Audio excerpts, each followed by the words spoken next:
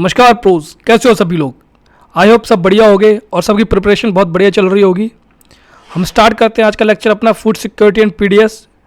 पहले हमें देखते हैं कि किस जगह ये हमारे सिलेबस पर लाई करता है। तो हम देख सकते हैं यहाँ पर हमारा फूड सिक्योरिटी एंड पीडीएस। तो हम स्टार्ट करते हैं अपना लेक्चर। तो देखिए, सबसे पहले कोई भी आपको टॉपिक कवर करना है तो उसके अंदर इंट्रोडक्शन जानना बहुत ज़रूरी है। अगर आप पेपर में भी लिखते हो आंसर फूड सिक्योरिटी के ऊपर तो वहाँ भी इंट्रोडक्शन पहले ही देना पड़ेगा आपको। 10 मार्कर में आता है तो इंट्रोडक्शन सबसे पहले देना पड़ता है। तो हम जानते हैं फूड सिक्योरिटी के बारे में थोड़ा सा। फूड सिक्योरिटी मेनली कहते हैं अगर हमें अवेलेबिलिटी, हमारे पास एक्सेसिबिलिटी और अफोर्डेबिलिटी है फूड की सभी पीपल के लिए सभी टाइम, उसको फूड सिक्योरिटी बोलेंगे। उसके बाद जो पुअर हाउस होल्ड होते हैं वो ज़्यादा वुलनरेबल रहते हैं फूड इनसिक्योरिटी के लिए। और जो प्रोडक्शन या फिर डिस्ट्रीब्यूशन में अगर प्रॉब्लम आती है तो सबसे ज़्यादा अफेक्टेड ये पुअर हाउस होल्ड ही होते हैं। फूड सिक्योरिटी मैक्सिमम जो डिपेंडेंट है, जो पूरा सिस्टम जो बना हुआ है वो पीडीएस के थ्रू बनाया हुआ है। तो फूड सिक्योरिटी और में बफर स्टॉक भी आता है, वो हम भी डिस्कस करेंगे अभी जैसे आगे चलते जाएंगे। अब जो 2-3 इंपॉर्टेंट पॉइंट हो जाते हैं उसमें आता है कि India ranked 111 out of 125 countries on global 100 index. इसीलिए इंडिया को अपना रीफोकस करना बहुत ज़रूरी है फूड सिक्योरिटी के ऊपर, क्योंकि इतनी ज़्यादा हंगर अभी भी हमारी कंट्री में क्यों है, जबकि हमारा PDS world largest food system माना जाता है। और वर्ल्ड फूड प्रोग्राम की बात करें तो उनका ये कहना था कि 195 मिलियन पीपल इंडिया में अभी भी अंडर नरिश्ड है। मतलब 19 करोड़ पीपल अभी अंडर नरिश्ड है हमारी कंट्री के अंदर। 43% चिल्ड्रन है वो क्रोनिकली अंडर नरिश्ड है। और इंडिया के रैंक 68 है 113 मेजर कंट्रीज़ में जब हम ग्लोबल फूड सिक्योरिटी इंडेक्स की बात करते हैं। तो अगर इंडेक्स को हम देखते हैं तो हम देख सकते हैं हम लोग, हमारी कंट्री कितनी ज़्यादा पीछे है हर एक इंडेक्स के अंदर। ग्लोबल हंगर इंडेक्स के अंदर हमारा 111 रैंक है, 68 हमारी इसके अंदर आती है ग्लोबल फूड सिक्योरिटी इंडेक्स के अंदर। फिर हम बोलते हैं हम विश्व गुरु बनेंगे। हम ऐसे कैसे विश्व गुरु बनेंगे? सबसे पहले हम डेफिनेशन जानेंगे व्हाट इज़ फूड सिक्योरिटी की। ठीक है, तो जो फूड सिक्योरिटी है इसमें 3-4 चीज़ें अलग अलग आपको याद करने की ज़रूरत है। जैसे फूड सिक्योरिटी इंडिविजुअल से स्टार्ट होगी लेवल से, फिर house hold, regional, national, global level तक जाएगी। एक बंदा, उसका घर, उसका रीजन, नेशन, फिर ग्लोबल। ठीक है, तो फूड सिक्योरिटी जो है ये एग्जिस्ट करनी चाहिए जब सारे पीपल सभी टाइम पर फिजिकल और इकोनॉमिक एक्सेस कर सकें सफिशिएंट, सेफ और न्यूट्रिशियस फूड की, और अपने डाइटरी नीड को और फूड प्रेफरेंस को कंप्लीट कर सकें और एक एक्टिव और हेल्दी लाइफ को जी सकें। तो food security at the individual, household, regional, national, global level exist when all people at all times have physical and economic access to sufficient, safe and nutritious food. ये जो की points हैं, जो की वर्ड्स हैं, आपको याद रखने हैं। पेपर में एग्जैक्ट डेफिनेशन लिख सकते हो तो इससे बेटर कुछ भी नहीं होगा।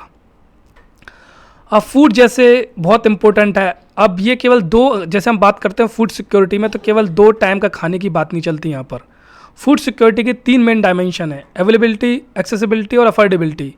कि ये फूड सबको अवेलेबल होना चाहिए पूरी कंट्री के अंदर। फिर आपको फूड इंपोर्ट करना पड़े या आपको अपना प्रोडक्शन बढ़ाना पड़े, गवर्नमेंट को अपनी जो ग्रेनरीज हैं उनको बड़ा भर के रखना पड़े, कुछ भी करना पड़े, फूड अवेलेबल रखना ज़रूरी है सभी के लिए। फूड एक्सेसिबल होना चाहिए कि लोग वहाँ तक पहुँच सके। मान लीजिए पीडीएस कोई शॉप है, पीडीएस पे शॉप है, फेयर प्राइस शॉप्स जो होती हैं, अगर बंदा वहाँ तक नहीं पहुँच सकता अपने फूड के लिए तो वो एक्सेसिबल नहीं है। भले अफोर्डेबल हो, अवेलेबल हो, पर एक्सेसिबिलिटी नहीं होगी। तो वो भी हमको ध्यान रखना है एक्सेसिबिलिटी में कि ट्रांसपोर्टेशन की फैसिलिटीज़ हों, डोर टू डोर अगर प्रोग्राम हो सके तो वो भी कर सकते हैं हम लोग। फिर हम बात करेंगे अफोर्डेबिलिटी की। अफोर्डेबिलिटी जैसे पीडीएस के अंदर आपने देखा 3 रुपये 2 रुपये में चावल और गेहूँ मिलते हैं, तो इतना अफोर्डेबल होना चाहिए कि पुअर से पुअर जो बंदा है वो उसको खरीद सके। यहाँ तक कि प्रधानमंत्री गरीब कल्याण योजना में जो हमारी चली थी अभी कोविड के टाइम, उसमें तो फ्री फूड मिला था लगभग 80 करोड़ पीपल को। तो ये अफोर्डेबिलिटी भी हमें ज़रूरी है कि हर कोई ले सके, इतनी इनफ जो मनी हो, इनफ हो sufficient, safe and nutritious food लेने के लिए। ये वर्ड आप याद रखोगे उतना ज़्यादा इफेक्टिव रहेगा पेपर में, sufficient, safe and nutritious food. अब ज़रूरत क्यों है हमें नीड फॉर फूड सिक्योरिटी की? देखिए, हमारे जो देश में पुअर सेक्शन बहुत ज़्यादा है, लोग बहुत ज़्यादा पुअर हैं और मैक्सिमम वही जो पुअर लोग हैं फूड इनसिक्योर होते हैं। काफ़ी लोग तो अपने 2 टाइम का खाना भी पूरा नहीं कर पाते हैं। फूड सिक्योरिटी का सेकंड रीज़न है होने का, वो है डिजास्टर और कैलेमिटी। जैसे अर्थक्वेक आ गया, ड्राउट आ गया, फ्लड आ गया। जब ये सब आते हैं तो पूरा ट्रांसपोर्टेशन ख़त्म हो जाता है, पूरा एरिया बुरी तरह इफेक्ट हो जाता है, जो आपका प्रोडक्शन है वो भी नष्ट हो जाता है। आपका जैसे कहीं से कोई स्टॉक आना है या फिर कुछ, जैसे एक स्टेट से दूसरे स्टेट हमको वीट भेजना है, वही बंद हो जाएगा। तो अल्टीमेटली क्या होगा, प्राइसेस बढ़ेंगी। जब प्राइसेस बढ़ेंगी तो आप अफोर्ड नहीं कर पाओगे फूड को, अवेलेबल भी नहीं होगा, अफोर्डेबल भी नहीं होगा और एक्सेसिबल भी नहीं होगा फूड जब भी कैलेमिटी और डिजास्टर आता है। इसलिए हमको बहुत ज़रूरी है फूड सिक्योरिटी को बनाए रखना, कि अगर ऐसा कोई डिज़ास्टर आता है तो गवर्नमेंट को उस टाइम कुछ ऐसे इंफ्रा बना के रखने हैं कि तुरंत वो फूड को पहुंचा सके उन लोगों तक। पैंडेमिक्स में भी ये होता है, कोविड-19 पैंडेमिक को हमने देखा था कि बाहर जा सकते नहीं हैं लोग, एक दूसरे से मिल नहीं सकते हैं, तो इकोनॉमिक एक्टिविटी बहुत ज़्यादा इम्पैक्ट होती है इन सब चीज़ों से, तो पैंडेमिक भी बहुत ज़्यादा इफेक्ट डालता है। इसलिए फूड सिक्योरिटी बहुत ज़रूरी है to ensure food at all times including calamities and pandemics, सब टाइम होना चाहिए। अब ये देखिए, पुअर हो गया इधर हमारा पहला, सेकंड हो गया हमारा डिजास्टर, और थर्ड हो गया हमारा पैंडेमिक। अब फूड इनसिक्योर पीपल कौन कौन से होते हैं, इसमें सबसे पहले आते हैं लैंडलेस लेबरर्स। आप यहाँ देख सकते हो लैंडलेस लेबरर्स, ये वो लोग हैं जिनके पास खुद की लैंड होती नहीं है, दूसरे की फील्ड में जाके काम करते हैं, तो उनका सीजनल काम भी होता है और वो कभी भी नौकरी से निकाला जा सकता है। बुआई 2 महीने को ही फिर निकाल दिया, तो इनको ये पॉवर्टी में कभी भी जा सकते हैं, मैक्सिमम पॉवर्टी में ही रहते हैं। बैगर्स तो हैं ही हमारे। ट्रेडिशनल आर्टिशंस जो नॉर्मल हमारे जैसे जो कोई काट के आपके खिलौने दे रहा है घर गांव में, कोई खटिया बना रहा है, तो ये ट्रेडिशनल आर्टिशंस है, कोई क्राफ्ट बना रहा है, तो ये मैक्सिमम पुअर ही रहते हैं क्योंकि डिमांड आर्ट की बहुत कम हो चुकी है, तो इनका भी ज़्यादातर ये फूड इनसिक्योर है। पुअर होते हैं तो इनको एक्सेसिबिलिटी अफोर्डेबिलिटी नहीं रहती, मेन इनका रीज़न अफोर्डेबिलिटी का, तभी गवर्नमेंट को इनको फूड देने की ज़रूरत है अफोर्डेबल प्राइसेस पे।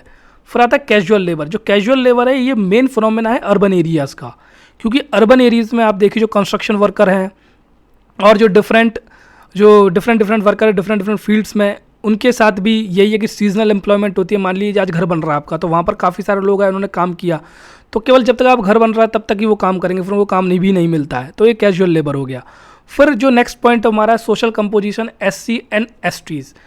देखिए जब SC STs जो हैं, जब इनको पुअर से ये मिक्स हो जाते हैं कि एक पहले डाउन ट्रोडन है, फिर इन पर पैसा ना हो, तो उनकी एक्सेसिबिलिटी पूरी तरह खत्म हो जाती है। अफोर्डेबिलिटी के साथ एक्सेसिबल, वैसे भी इनको एक्सेसिबिलिटी कम होती ही है इनकी, तभी इन सब के लिए बचाने के लिए, इन सबको फूड प्रोवाइड करने के लिए गवर्नमेंट इंटरवेंशन जरूरी है, फूड सिक्योरिटी ज़रूरी है। अब इस स्लाइड में जो हमने डिस्कस किया वही सब कुछ दिया है, इसमें 2 पॉइंट और एक्स्ट्रा आ जाते हैं, जैसे कि नेचुरल डिजास्टर में जो फंस गए लोग वो इनसिक्योर हो जाते हैं फूड। अब वुमेन की बात करें, वुमेन्स हमने देखा है एनीमी, हमारी 70% वुमेन इंडिया में एनीमिक है, तो माल न्यूट्रिशन भी है, और इसीलिए वुमेन को बहुत ज़रूरी है फूड प्रोवाइड करना, क्योंकि जो अनबॉर्न बेबी है, अगर कोई फीमेल प्रेग्नेंट है तो जो बेबी पे बहुत इफेक्ट पड़ेगा, और वो माल न्यूट्रिशन है, उसको प्रॉपर फूड नहीं मिल रहा है, तो पूरी की पूरी आगे वाली जनरेशन पर इफेक्ट पड़ता है इन चीज़ों का। तो इसलिए हमारा बहुत ज़रूरी है कि हम इस चीज़ पर फोकस करें। अब जो फूड सिक्योरिटी सिस्टम है हमारे देश में, वो कैसे स्टार्ट हुआ, देखिए पहले तो आपको भी अगर पता होगा इकोनॉमिक्स में कि हम पहले इंपोर्ट किया करते थे फूड, USA से इंपोर्ट किया करते थे फूड, शायद PL 480 था। उसके बाद हमने कुछ 1965 में जब वॉर हुई थी तो हमने देखा था कि USA ने हमको इंपोर्ट देना बंद कर दिया। फिर हमने क्या किया कि हमको खुद ज़्यादा सेल्फ सफिशिएंट बन रहा है, फिर हमने ग्रीन रेवोल्यूशन स्टार्ट किया। तो कुछ 30 सालों में, जब से ग्रीन रेवोल्यूशन 1960 से स्टार्ट हुआ फिर और अभी तक, हम लोग काफ़ी फूड ग्रेन में सफिशिएंट हो गया, पर हम लोग एक्सपोर्ट करने लगे हम लोग अब। तो जब इतना फूड ग्रेन हो गया तो हम लोगों ने फिर एक सिस्टम बनाया, फूड सिक्योरिटी सिस्टम, कि जो गरीब लोग हैं उनको भी प्रॉपर्ली हम फूड प्रोवाइड कर सकें। तो उसके 2 कंपोनेंट हैं, एक है बफर स्टॉक और PDS। बफर स्टॉक की जब हम बात करते हैं तो बफर स्टॉक के अंदर जो गवर्नमेंट है वो क्या करती है, जैसे एक उनकी लिमिट है। चलो हम डिस्कस करते हैं बफर स्टॉक के बारे में। बफर स्टॉक है, इसमें क्या है, जैसे मान लीजिए गोडाउन है, अब गवर्नमेंट की जो रिक्वायरमेंट है कि 7.4 मिलियन टन उनको गेहूँ चाहिए, जिससे कि जो गरीब हैं उनकी जो डिमांड है कंप्लीट कर सकें, 3 रुपये 2 रुपये पे माल देकर कंप्लीट कर सकें। और लेकिन प्रेजेंटली हमारे पास कितना, केवल 5.4 मिलियन टन है, तो गवर्नमेंट को कितना प्रोक्योर करना है, 2 मिलियन टन। तो ये बफर स्टॉक बनाना है गवर्नमेंट को 74.4 मिलियन टन का, जिसके थ्रू जो भी इसको PDS की करनी है या फिर किसी दूसरे स्टेट में डेफिसिट एरिया है वहाँ पर खाना भेजना है, तो उसको कंप्लीट करने के लिए जो रिक्वायरमेंट है वो बफर स्टॉक को गवर्नमेंट को रखना होता है। तो 2 मिलियन टन चाहिए कंप्लीट करने के लिए, तो गवर्नमेंट क्या करेगी, गवर्नमेंट बोलेगी FCI से कि आप प्रोक्योर कीजिए फार्मर से उतना grain 2 million ton. Procurement price पे देखिए 1960s में 2 प्राइसेस हुआ करती थी, प्रोक्योरमेंट प्राइस और MSP। प्रोक्योरमेंट प्राइस क्या होती थी, एक मार्केट प्राइस बोला करते थे जिस पर ये जो बफर स्टॉक वाला माल खरीदना है इनको। MSP तो गारंटी वाली हो गई बात, लेकिन और जो प्रोक्योरमेंट प्राइस है वो बात है मार्केट से उनको इतना 2 मिलियन टन तो हर कीमत पर उठाना है, फिर वो MSP से भले ऊपर हो। लेकिन हुआ क्या, बाद में MSP और प्रोक्योरमेंट प्राइस को एक कर दिया गया। उसको MSP नाम इसलिए दिया गया क्योंकि इंडिया में कभी भी एमएसपी से ऊपर मार्केट प्राइस होती नहीं है, इसलिए गवर्नमेंट ने एमएसपी, इसलिए बोला जाता है गवर्नमेंट एमएसपी पे खरीदती है जो बफर्स को कंप्लीट करना है। तो 2 मिलियन टन इन्होंने किससे लिया, एक फार्मर से एमएसपी पे खरीद लिया और अपने गोडाउन्स में डाल लिया। तो इनका गोडाउन का क्या रिक्वायरमेंट 0 हो गई और प्रेजेंट का 7.4 मिलियन टन कंप्लीट हो गया। ठीक है, अब देखिए उसके बाद क्या होगा, इनके पास कंप्लीट हो गया पूरा 7.4 मिलियन टन। अब ये बफर स्टॉक दो काम में आता है, एक तो जो fair price shop under PDS चली गई, जिस जगह से हम जो गरीब लोग होते हैं वो अपने गेहूँ चावल खरीदते हैं, फेयर प्राइस शॉप पे पहुंच गए। अब ये जो है फेयर प्राइस शॉप, इसमें इशू प्राइस पे मिलता है। ये इशू प्राइस सेंटर इशू करती है 3 रुपये और 2 रुपये, 3 रुपये वीट के इशू प्राइस बोलते हैं। गवर्नमेंट बताती है सेंट्रल कि आपको इस पे बेचना, तो उस पे फेयर प्राइस शॉप आपको गेहूँ और चावल देगी। और सेकंड काम क्या है, बफर स्टॉक का डेफिसिट एरिया में बेचती है। जैसे कि आप यहाँ देख सकते हो वाईएस जगन मोहन रेड्डी हैं, ये आंध्र प्रदेश के क्या है सीएम।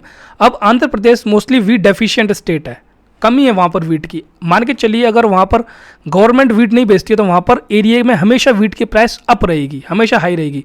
तो डेफिसिट एरिया में वीट को बेच के वहाँ की प्राइस को भी कंट्रोल किया जाता है और जो लोगों की ज़रूरत है उनको भी पूरा किया जाता है।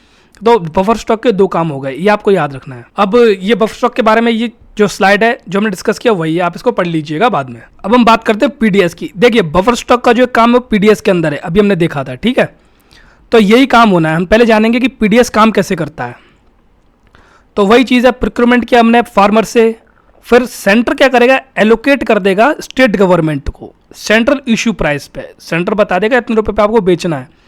स्टेट गवर्नमेंट का काम क्या है, डिस्ट्रीब्यूशन का। इसमें डिस्ट्रीब्यूशन में जो भी खर्चा आएगा वो सारा स्टेट गवर्नमेंट उठाएगी। और यहाँ पे जो भी खर्चा आएगा, या मतलब एलोकेट किया तो मान ली 3 रुपये में एलोकेट किया, तो जो भी फार्मर से और स्टेट गवर्नमेंट की जो डिफरेंस आता है पैसे का वो सारा सेंट्रल गवर्नमेंट उठाएगी। स्टेट गवर्नमेंट खर्चा उठाएगी ट्रांसपोर्टेशन का हो गया, जो बाकी जितने भी कॉस्ट है, जैसे इनको पैसा देना है, फेयर प्राइस शॉप की जगह है, वो सारा खर्चा उठाएगी स्टेट गवर्नमेंट उठाएगी। उसके बाद जब फेयर प्राइस शॉप पे आ जाता है तो फिर वो बेनिफिशियरी को वहाँ से सेंट्रल इशू प्राइस पर गेहूं को और चावल को दे देते हैं, या फिर जो भी स्टेट गवर्नमेंट अगर डिफरेंट कोई प्रोविजन कर रही है तो वो भी प्रोवाइड कर दिए जाते हैं। अब इसमें वही चीज़ है जो हमने अभी डिस्कस किया थोड़ी देर पहले कि राशन शॉप्स हैं, फेयर प्राइस शॉप है, वो भी अवेलेबल रहती हैं, उस पर फूड ग्रेन, शुगर, कैरोसिन मिलता है, ठीक है, और मार्केट प्राइस से लोअर मिलता है। अभी जो हमारा चल रहा है 35 kg of grain, 5 litre kerosene, 5 कुछ प्रोविजंस होते हैं कि कितना किसको मिल रहा है, वो चीज़ रहती है हर मंथ के हिसाब से। और जो पीडीएस है ऑपरेट किया जाता है सेंट्रल और स्टेट गवर्नमेंट दोनों की रेस्पॉन्सिबिलिटी के अंदर। सेंट्रल गवर्नमेंट की रेस्पॉन्सिबिलिटी क्या है कि एफसीआई के थ्रू क्या करेगी, प्रोक्योरमेंट करेगी, स्टोरेज करेगी, ट्रांसपोर्ट करेगी और एलोकेट करेगी फूड ग्रेन स्टेट गवर्नमेंट को।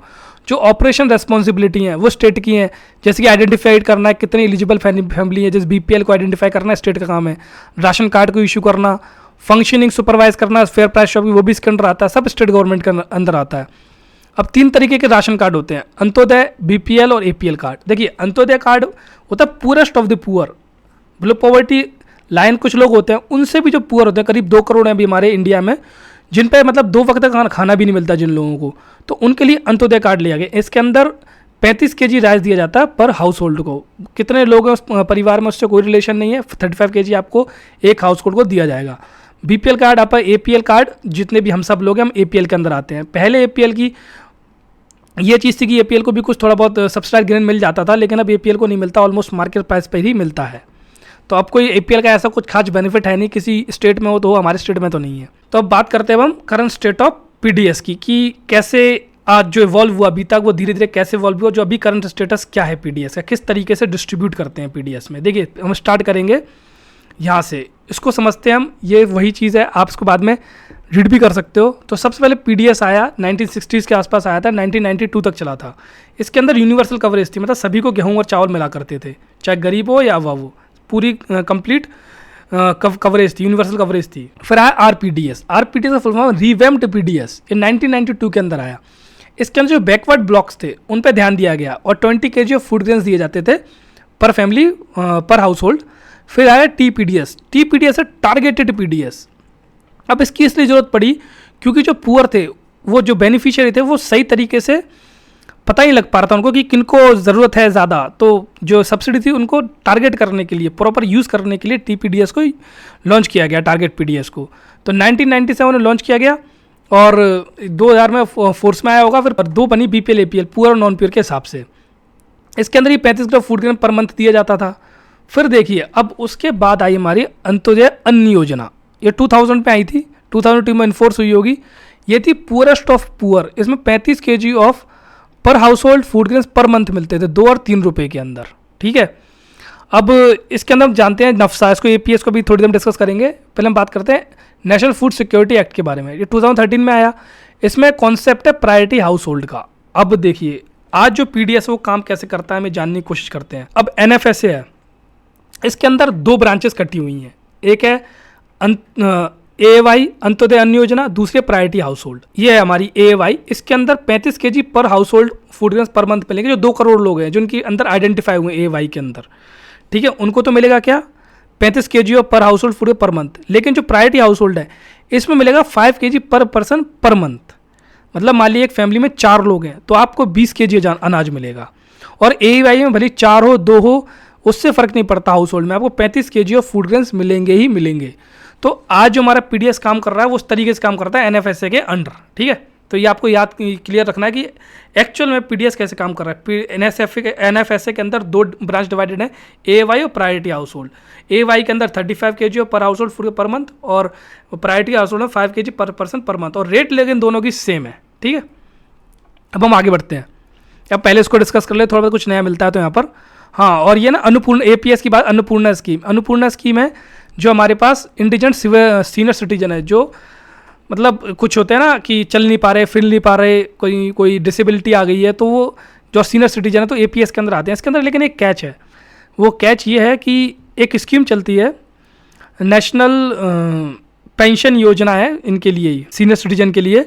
जो लोग उसमें कवर नहीं है उनको एपीएस के अंदर फूड ग्रेन मिलते हैं। अगर उसके अंदर वो कवर्ड है तो उनको एपीएस के अंदर फूड ग्रेन नहीं मिलेंगे।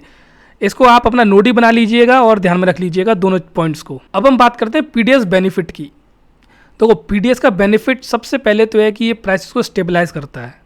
अभी हमने देखा था जब एपी में अगर वीट कम है तो वहाँ इन्होंने सेंटर ने वीट भेज दिए तो मार्केट में जो प्राइस की फ्लक्चुएशन वो कम हो गई, प्राइस स्टेबलाइज हो गए। और सेकंड है making food available to consumer affordable price. सबको अफोर्डेबल प्राइस में फूड अवेलेबल कराने का काम है पीडीएस का।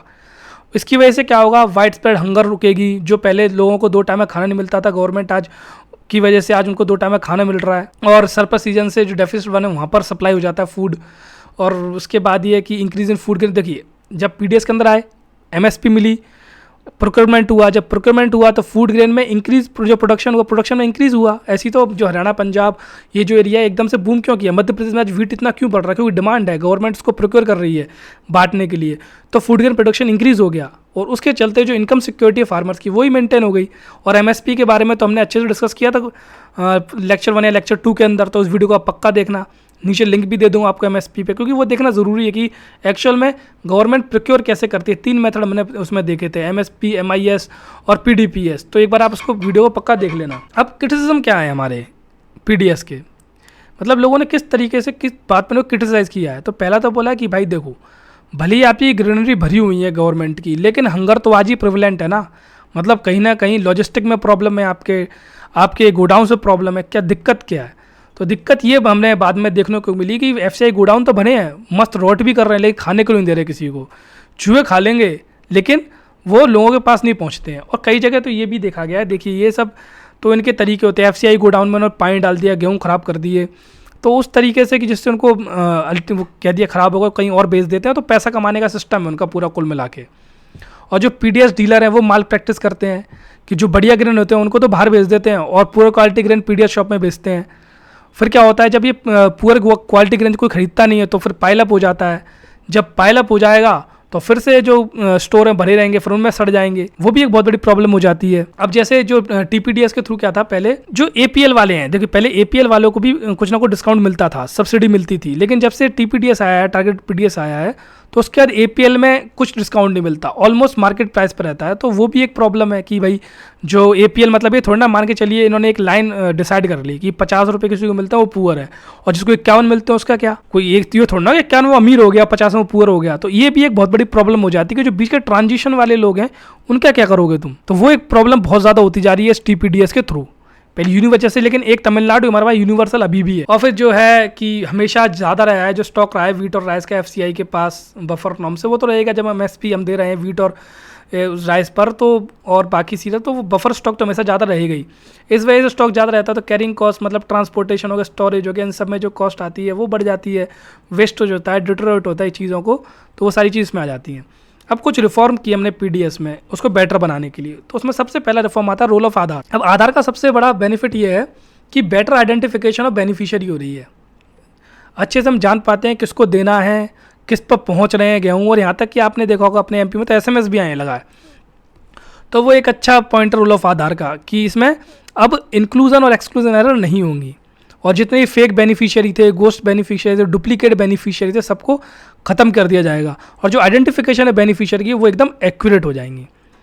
जो सेकंड रिफॉर्म आया वो technology based reforms of TPDS implemented bye states. देखिए इसमें कुछ चीज़ आप याद रखिए, जब भी हम बात करेंगे किसी भी रिफॉर्म की तो 3 जगह रिफॉर्म हो सकता है ना, एक तो प्रोक्योरमेंट स्टेज पे, एक आपकी ट्रांसपोर्टेशन स्टेज पे, स्टोरेज स्टेज पे, और एक लास्ट डिस्ट्रीब्यूशन स्टेज पे। Distribution fair shop fair price shop आती हैं, तो टेक्नोलॉजी का यूज़ कर दिया हमने फेयर प्राइस शॉप, वहाँ ईपीओएस रख दिया जहाँ पर आप कार्ड के थ्रू कर सकते हो, यूपीआई कर सकते हो, वो सारी चीज़ें आ जाएंगी टेक्नोलॉजी के थ्रू। और उसके बाद फिर आप सारा कंप्यूटराइज कर दो, जीपीएस लगा दो ट्रांसपोर्टेशन में, स्टोरेज को साइंटिफिकली रखो और स्टोरेज को भी स्पेस वाइज बांट दिया जाए टेक्नोलॉजी यूज़ करके। तो ये सारी चीज़ें आपको बनानी भी पड़ेंगी अपनी मन से, अगर आपको पेपर में क्वेश्चन आता है कि पीडीएस रिफॉर्म क्या थे। ये आप पॉइंट्स हैं, आप इसको भी डिस्कस कर लेते हैं हम लोग, लेकिन जब भी अगर ऐसा कोई भी क्वेश्चन आता है आप ऐसे भी अपना दिमाग का यूज़ करके इन चीज़ों को लगा सकते हो। जैसे सेकंड पॉइंट है technology based reform help plug leakages of food grain during TPDS.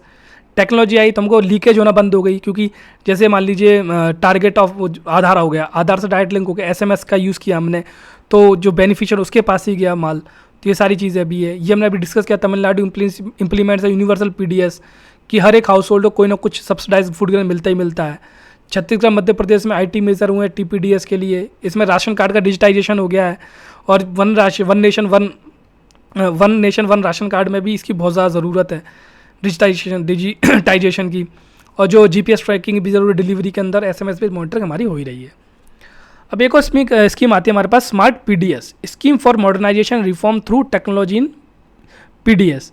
अब ये लाई क्यों जा रही है, ये नई स्कीम है, क्वेश्चन आ भी सकता है डायरेक्ट स्मार्ट पीडीएस के ऊपर।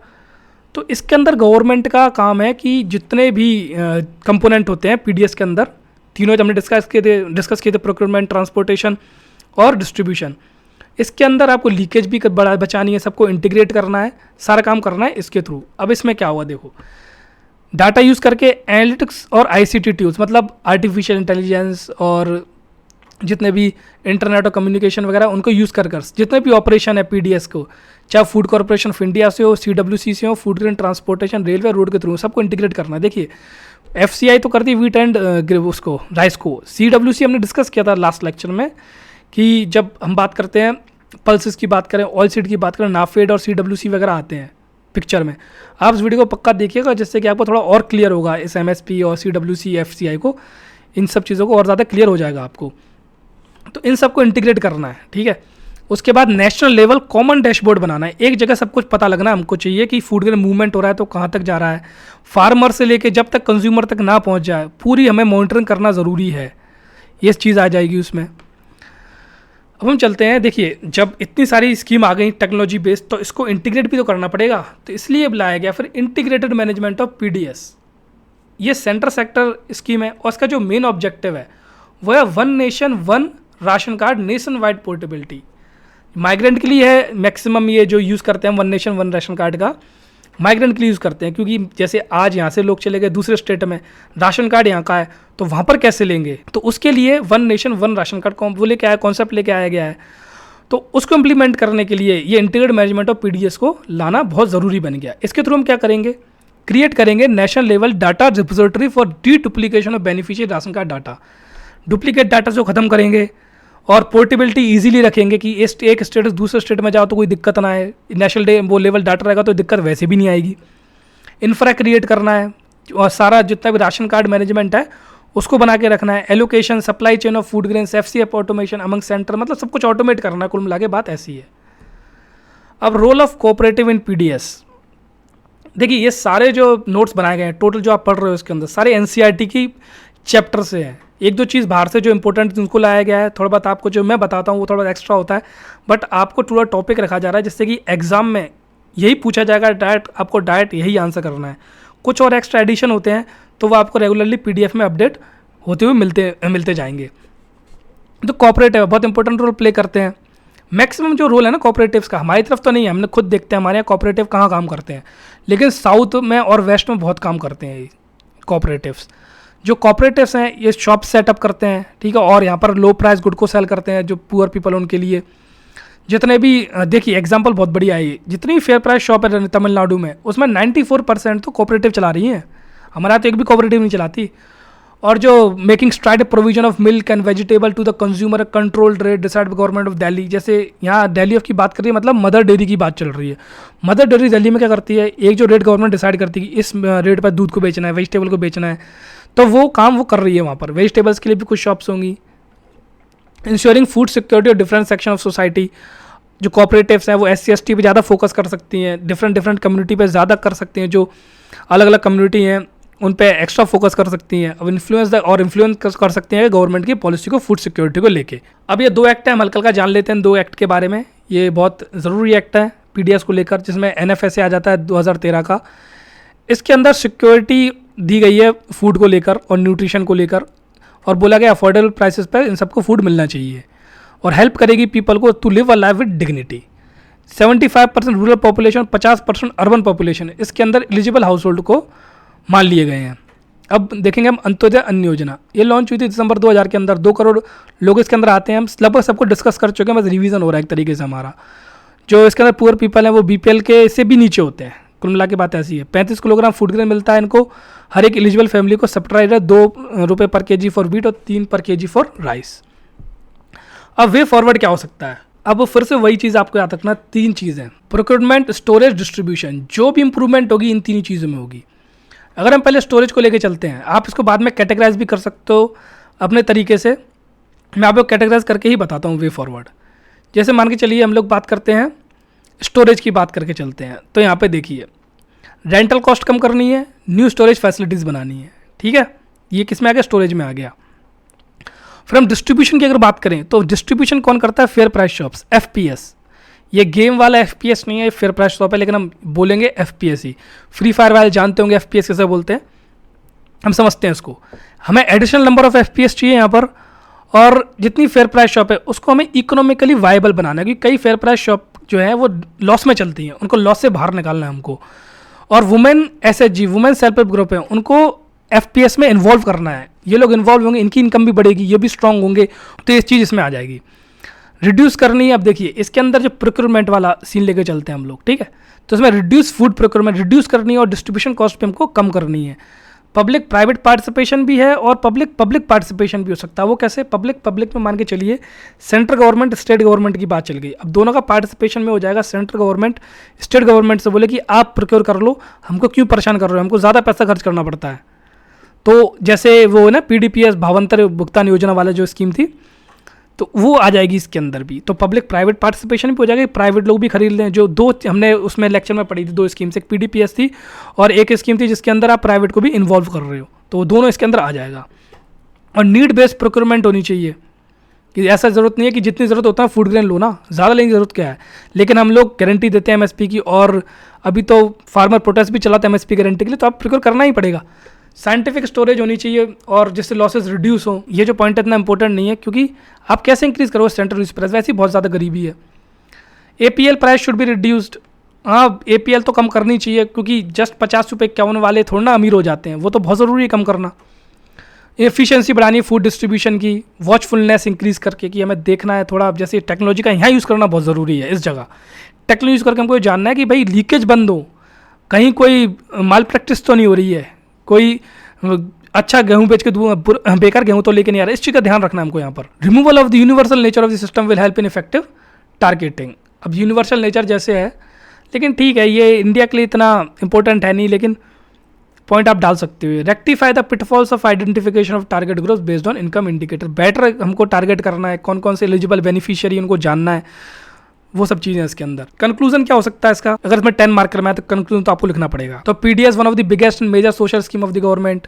Bye guiding the kisan selling the crop, मतलब कुल मिला के आप सेल कर रहे हो क्रॉप को, प्रोक्योर कर रहे हो, को गरीबों को भी फायदा हो रहा है, इनको भी फायदा हो रहा है, तो पीडीएस का ये बेनिफिट है ही। फिर आता है इसमें इस productiveness can be doubled with solution based on technology as proved by some of the state. जैसे हमारे एमपी में एसएमएस बेस्ड है तो प्रोडक्टिवनेस आप इंक्रीज कर सकते हो। देखो पीडीएस में ये बोला जाता है कि आप व्हीट और राइस ही तो दे रहे हो, न्यूट्रिशन कहाँ है, न्यूट्रिशन तो है ही नहीं ना। तो लेकिन अभी सेंटर ने एक स्कीम चलाई है, उसके अंदर फोर्टिफाइड ग्रेन्स देने की बात की है, तो ऐसे ही हमको और ज़्यादा इवॉल्व करने पड़ेंगे मेथड्स। तो कुल मिला के ये सब यही कंक्लूजन में आपको लिखना है, ठीक है। तुम्हारा लेक्चर होता है यहाँ पे खत्म। अगर यहाँ कोई चीज़ मिस हो रही है, आपको लगना है वो भी कवर करना है, तो आप पक्का कमेंट कीजिएगा। और जो पीडीएफ की लिंक है आपको जस्ट डिस्क्रिप्शन में मिल जाएगी नीचे ही, क्योंकि टेलीग्राम पे ज़्यादा क्लटर हो जाता है तो मिलता नहीं है, तो हर एक वीडियो के नीचे उसकी पीडीएफ की डाल दिया जाएगा आपसे, ठीक है। फिर मिलते हैं नेक्स्ट लेक्चर में, तब तक के लिए आप लाइक कीजिए, शेयर कीजिए, सब्सक्राइब कीजिए इस चैनल को, और थोड़ी रीच भी इंक्रीज कीजिए। Signing off.